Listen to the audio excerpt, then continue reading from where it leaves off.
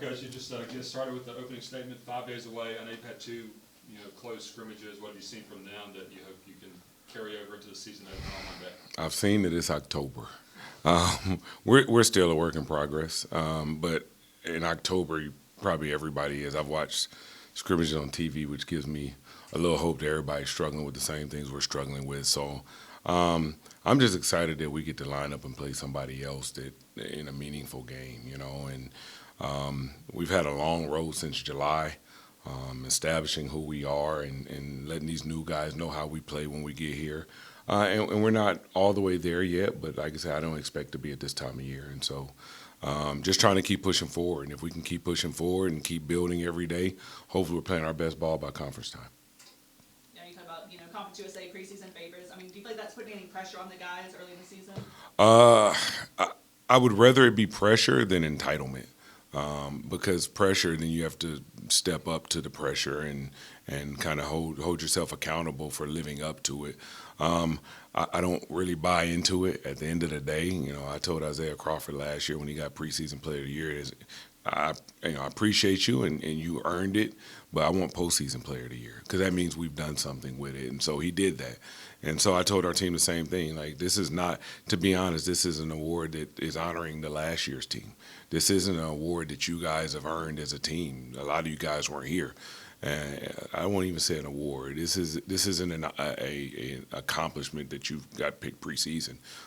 It's just something that they see that we got a couple of returners that they think can lead the way. And so we have a chip on our shoulder, and we know we're not going to walk in anybody's house this year and be overlooked. And so I promise I'm giving my best in practice every day to make sure that we put the work in and earn everything we get. When you have this many newcomers on your team, just talk about the challenges of the preseason, getting them all pulling in the same direction. You know what, that is hard because we're living in a what have you done for me transactional type society realm in college athletics. But my message to the kids is that you guys have got more than anybody ever in the history of college athletics. You guys got more say-so. You guys can transfer. You guys can ask for things that other people in the history of the game haven't been able to do. So all we ask is that you give your best every day, and that you come here and you earn what society says that's yours. And that's my message. And at the end of the day, I think our guys are working hard. My job is to get them working hard consistently because it's not about our talent level. I know people are going to look at our roster up and down and say it's about the talent, but effort and execution beats talent every day. And so we want to be a team that's talented, that learns how to execute and outplay people. And if we can do that, we give ourselves a chance. What's the strength of this group? That is a question I think we're still learning.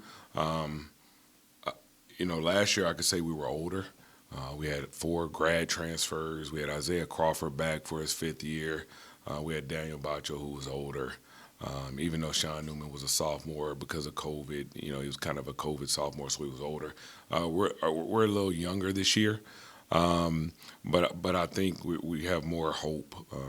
Sometimes when you're old, you start giving up hope. That's a life thing for people. You got somebody at 38 and says, I should have went to med school, and you kind of give up the dream of going to med school, and you should have just went 38, 48, 50. It doesn't matter. You can never stop learning. But I think we are more optimistic as a group because we're younger, and I think guys are dreaming a little bigger, and hopefully we can live up to that. To his point about strengths, I guess how much do you feel like the guard play on this team can maybe take another step with obviously the Mari, Al, obviously Sean coming back, Jordan back in the fold? It feels like that guard spot can maybe be the X factor for this team. We hope so, and that's what we're in. I think the biggest development that I feel like we've seen so far is Sean Newman has just taken another step. I used to fight and argue with people last year how good he was going to be before the season started and how he was going to lead us, and he did a great job for a guy in his first year at Division I. We're looking for more from him this year because when he was on the court last year, we were just a different team. And he's gotten stronger. He's put on weight. He's taking his offseason really serious. And then you add pieces to him. I was talking to one of Talik's guys yesterday, and he was like, man, I was like, you don't realize how much you miss a guy like Talik. Talik made Sean better. Every day we were in practice, he didn't want Sean to beat him in anything. And Sean didn't want Talik to beat him in anything. And so that made us better as a group. We have to get guys that are competing like that to make each other better, and that's kind of what we're aiming for with that guard group. Where does Daniel take the next consistency. I tell them all the time, your dreams are right there in reach. But your best ability has to be dependability. We have to be able to depend on you every night to give effort. The ball's not going to go in every night. But if you can give consistent effort every night, you'll be one of the best players not only in this league but in America. And that's what we got to work with him because he does some things that it's not natural for guys his size to do. He's coordinated in a way that not many guys his size are. He runs in a way that not many guys his size can, and he has elite timing on ability to block shots in a way that, and he has great hands. And those things together, if he can just be consistent with his effort, we'll put him in upper echelon of big men in the country. Talked about the youth on this team, but you do have a core group of returners coming back. Bacho, Sean, Will Allen, Jordan Crawford, Devin Reed. I'm just wondering, what have those guys given to this young group of guys to get them to be ready for the season? I think, because of their non-shock on sometimes how hard practice is, the other guys look like, is this every day? Yeah, I think that's what they brought, an understanding of what we're about, an understanding of who we are, and that when times get hard, this is not something that we're going to run away from. This is something we're going to attack head on. And so our job as coaches is to put them through things and make practice harder than what the game would be. And so we challenge them every day. And I like I said, I might not be the best guy to go to practice with every day, but I think at the end of the day, they all appreciate and love what we go through, and it brings us closer. Because at the end of the day, I want the best for them, and I've always used a term when I meet them, when we go through recruiting, when we're in practice every day, we're going to dream chase as long as we're here. And I'll dream chase with them every day, but my job is to hold them accountable for what those dreams are. Like a dream without work is just is that a dream? But we want to create some realities, and I think last year having 4 guys leave the program and all 4 guys are playing pro basketball, we did just that. We help people accomplish their dreams. Talk a little bit about Devin Reed. I mean, he was the youngest guy on the team last year. Yeah. We saw signs of his ability out there and his ability to shoot at his length. What have you seen progression from him? You know what? He just understanding of the system. I still challenge him a lot. Like Devin's probably the one I challenge the most in the group because I know there's a lot in there. If we can get him to be the person we think he can be, and I don't think that comes from not challenging a guy. And so some days it's hard, but he keeps coming back. He keeps getting up. He keeps fighting every day. And I think he has understood what I asked for. And I think you start to see little tidbits of it in the scrimmage. His IQ is really good in the game, and he has the ability to stretch the defense and shoot threes.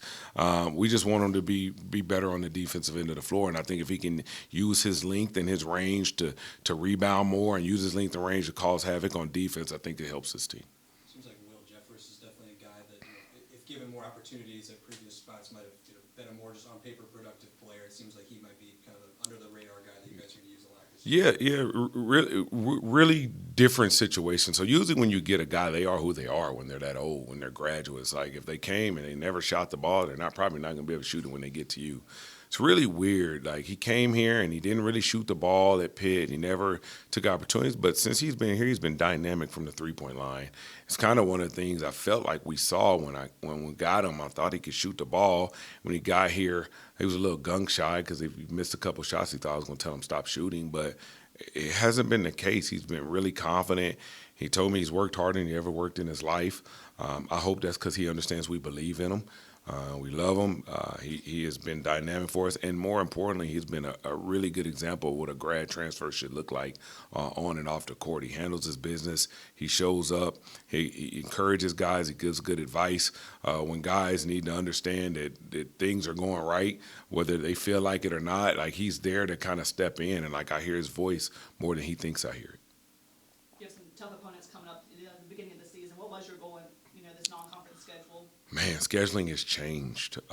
In the past, you could go and play 3 guaranteed games, and you could go play a LSU or Arkansas or Kentucky or something. You get 3 of those, but it's changed. The net has changed it, the way people look at it. I mean, maybe some recent success here has changed the people that are willing to play. And so through that, we try to make a schedule tough enough to challenge us before conference. I felt like we did that last year with Colorado State, New Mexico, and Grand Canyon. That wasn't a WAC game. That was us scheduling them. And we got challenged before, so we kind of had a bar of where we felt like we were. It was challenging getting that tough schedule, but but eventually it came through with the Memphis game and the UMass game. And I'll be honest, the Georgia Southern and going to Lafayette, those are always going to be tough games for us. And so we just want to line up and play who's in front of us. And I think we give ourselves a chance if we can approach every game with the right attitude and the right effort. For you personally, when going into year 3, have you set any goals for yourself and what you want this team to accomplish this season? Most of my goals are for them, to be really honest. In the beginning, when you first become a head coach, it's about, in your mind, whether you believe it or not, or whether you talk about it or not, it's about proving that you can do it and showing the world that as a first-time head coach, you're capable. But those things have went away. And it's all about them and being comfortable with what we're doing and believing in. It's very hard to sit up here and talk about culture in the first year where you're losing more games than you're winning. And people are like, yeah, right, it's culture, but you're losing. But then in year 2, to be vindicated by how hard those guys worked on my behalf to prove that what we were doing was right. I made some tough decisions at the end of year 1 that probably got criticized for. But in year 2, when those guys that stayed and were believed in what we were doing, showed and proved that we were headed in the right direction, it's taken that thought away from my head. So everything I do is for them and to help them. I've been blessed, and I just want to keep blessing others. You caught wind of LSUA actually beating Lamar in a close scrimmage. Yeah. Is that a hope of being able to use that to make sure that your guys don't overlook them on day 1? Definitely. They don't know what they don't know. I mean, I think everybody in this room understands how good LSUA is and how good LSU Shreveport is and how good these teams in Louisiana are. And that's just a testament. Last year we played McNeese. Like, teams in Louisiana are really good. I don't care what level they are. And so it helps that we're going to tell them, look, like, you cannot come in here thinking we're just going to win this game. It's going to be easy. If LSUA got up for Lamar, they're really going to get up for us. So Lamar didn't even get their best shot. And so it's just a good way to start. Like, I don't want to go in games knowing we're going to win by a whole bunch of points. I want to be tested. I want to be challenged.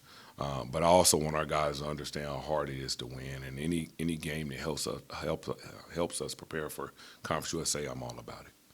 Talvin, early in the non-conference schedule, you'll play a game and then and correct me if I'm wrong, you got 5 or 6 days and then you have another game. You got some room in there between ball games. Do you like that, being able to play a game and then get back on the court and have 4 or 5 days to work on yourself and prepare for the next opponent? Yeah, it's sometimes you want to get right back to it. Maybe if you don't feel like you played as well, because you want the guys to forget about the bad performance. You do want to work on some things, but you kind of want to get the taste out of your mouth. But a lot of times you want to be prepared for the next opponent more than anything. And as long as you have time to prepare for somebody, you can go in and give your best fight, put up your best fight. So I do like it. I think that in the beginning of the year, you want some games to kind of hit so you can kind of play and get in the feel of the season. But as the season goes along, that rest really helps. Your question on Zoom? I'm